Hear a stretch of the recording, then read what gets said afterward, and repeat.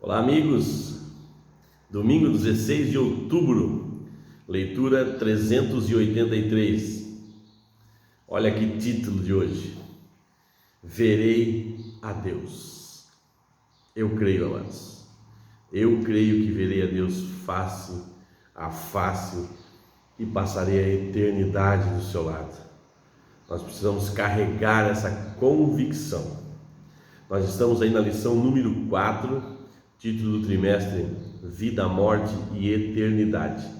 Começamos hoje aí com a questão número 1. Temos bastante textos de leitura aqui. Eu vou citar os textos aqui e também vou colocar na descrição do vídeo para facilitar para você, assim como os bereanos, constatar a veracidade da leitura. Amém, amados? Vamos lá? Então, leia Jó para começar, capítulo 19, verso 25 ao 27, e compare com João, capítulo 1, verso 18, e 1 Timóteo, capítulo 6, verso 16. Quando e em que circunstâncias Jó esperava ver a Deus? Eu respondi assim, depois de seu corpo consumido pela terra e o retorno de Cristo, então novamente em corpo agora restaurado na ressurreição final, com os próprios olhos ver a Deus. Esse é o momento em que Jó esperava ver a Deus. A vida não é justa. Observamos isso especialmente quando vemos o bom sofrendo e o injusto prosperando. E como a gente vê isso, né, amados? As citações aqui é de Salmo 73, do verso 12 ao 17, e Malaquias, capítulo 3, verso 14 ao verso 18.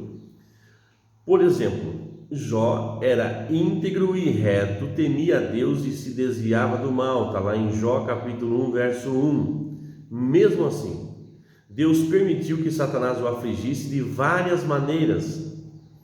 No aspecto físico, seu corpo foi devastado por uma doença dolorosa. Jó capítulo 2, do verso 1 ao verso 8, descreve isso. No aspecto material, ele perdeu seus rebanhos. Constate isso em Jó capítulo 1, verso 13 e verso 17. No tocante à sua família e aos de sua casa, perdeu alguns de seus servos e até mesmo os próprios filhos. Pensa o tamanho da fé desse homem. Depois de todas essas catástrofes, calamidades que nós vemos no livro de Jó, ele ainda se mantém fiel. Jó capítulo 1, verso 16 e verso 18. E no aspecto emocional, estava cercado de amigos que o acusavam de ser um pecador impertinente que merecia o que estava enfrentando. Pensa ainda isso. Jó capítulo 4, verso 1 ao verso... Jó capítulo 4, verso 1, capítulo 5, verso 27, capítulo 8, verso 1 ao 22, capítulo 11, do verso 1 ao 20 e mais versos aí que tem a respeito disso, dessas informações. A sua própria esposa declarou, veja só, passando por uma enfermidade terrível, perdendo alguns de seus funcionários, vamos dizer assim, perdendo seus filhos, e veja agora o posicionamento de sua esposa. A sua própria esposa declarou: você ainda conserva a sua integridade? Amaldiçoe o seu Deus e morra. Olha a declaração da esposa, está lá em Jó capítulo 2, verso 9. Jó não sabia que havia se tornado o epicentro de uma luta cósmica entre Deus e Satanás. Afligido por essa luta, lamentou o próprio nascimento e desejou nunca ter nascido. Na lição passada nós comentamos sobre isso, né? Jó capítulo 3, do verso 1 ao 26. No entanto, expressou sua fidelidade incondicional a Deus. Louvado seja Deus por isso. Ainda que ele me mate, falando de Deus, nele esperarei. Jó capítulo 13, verso 15.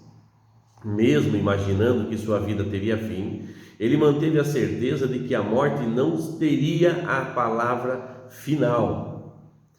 Com forte convicção, afirmou que Embora morresse, seu Redentor um dia se levantaria e ele veria a Deus em sua carne. Jó capítulo 19, verso 25 ao 27. Este é um vislumbre inequívoco da ressurreição. Que esperança gloriosa em meio a uma tragédia dessa! Cercado pela doença e dor, pelo colapso econômico, pela reprovação social e pelo abalo emocional, Jó ainda podia ansiar pelo dia em que ressuscitaria dos mortos e contemplaria o seu amado Redentor. Na verdade, sua declaração sobre a ressurreição estava repleta da mesma certeza de que, séculos mais tarde, Marta disse a Jesus: eu sei que há de ressurgir na ressurreição no último dia. João capítulo 11, 24. Aqui Marta estava falando de seu irmão Lázaro que havia morrido, e Deus citou que ele ressuscitaria, e ela, com a esperança da ressurreição do último dia, ela disse: eu sei que ele ressuscitará no último dia. Jó, como Marta, teve que reivindicar essa promessa pela fé, embora diferentemente de Jó, Marta logo tenha recebido poderosa evidência empírica de sua crença, ou seja, uma experiência prática de sua crença. Questão de rodapé: como podemos aprender a confiar em Deus mesmo em meio às injustiças da vida? Como, meus amados, confiar em Deus mesmo nós vendo tanta injustiça? Nós podemos ver isso pela situação em que a nossa nação está vivendo, com as eleições aí de um novo presidente ou da continuidade do presidente que está. Quanta barbaridade nós temos visto e quantas cegueiras em olhos sãos. Eu respondi assim, amados: assim como Jó, por fé, Marta, por evidência, nós também, por fé, através da infalível palavra de Deus, nos mantemos convictos dessa realidade, da ressurreição de Cristo, e que só há vida depois da morte, só depois da ressurreição, só depois do soar das trombetas da segunda vinda de Cristo. Depois disso não há vida, amados. A palavra de Deus é infalível, inequívoca. Você precisa abrir as sagradas letras, abrir as escrituras e ler as sagradas letras, e você constatará que qualquer outro tipo de evidência, de imaginações, de descrição durante os séculos, que acaba ensinamentos tortuosos que a gente aprende desde que nasceu, a gente segue com esses ensinamentos crendo que essa é a verdade, estando equivocado disso, mas crendo que é verdade, porque assim aprendeu com os antepassados. Amados, eu instigo a você: leia a Bíblia. Tem uma musiquinha que eu lembro lá na classezinha lá infantil que diz: leia a Bíblia e faça oração, faça oração, faça oração. Leia a Bíblia e faça oração se quiser crescer. Então, se você quiser crescer, se você quiser vencer, amado, leia a Bíblia e faça oração, e todos os equívocos que foi ensinado a você será desnudado através da ação do Espírito Santo em você. Amém, amados? Vamos orar? Amado Deus e Pai, obrigado por essa nova oportunidade, meu Deus, do privilégio de poder falar contigo, falar de Ti estando contigo. Obrigado pela graça, a presença do Teu Espírito Santo aqui, Senhor. Obrigado pelos nossos amigos, pelos nossos irmãos em Cristo, pelos nossos familiares.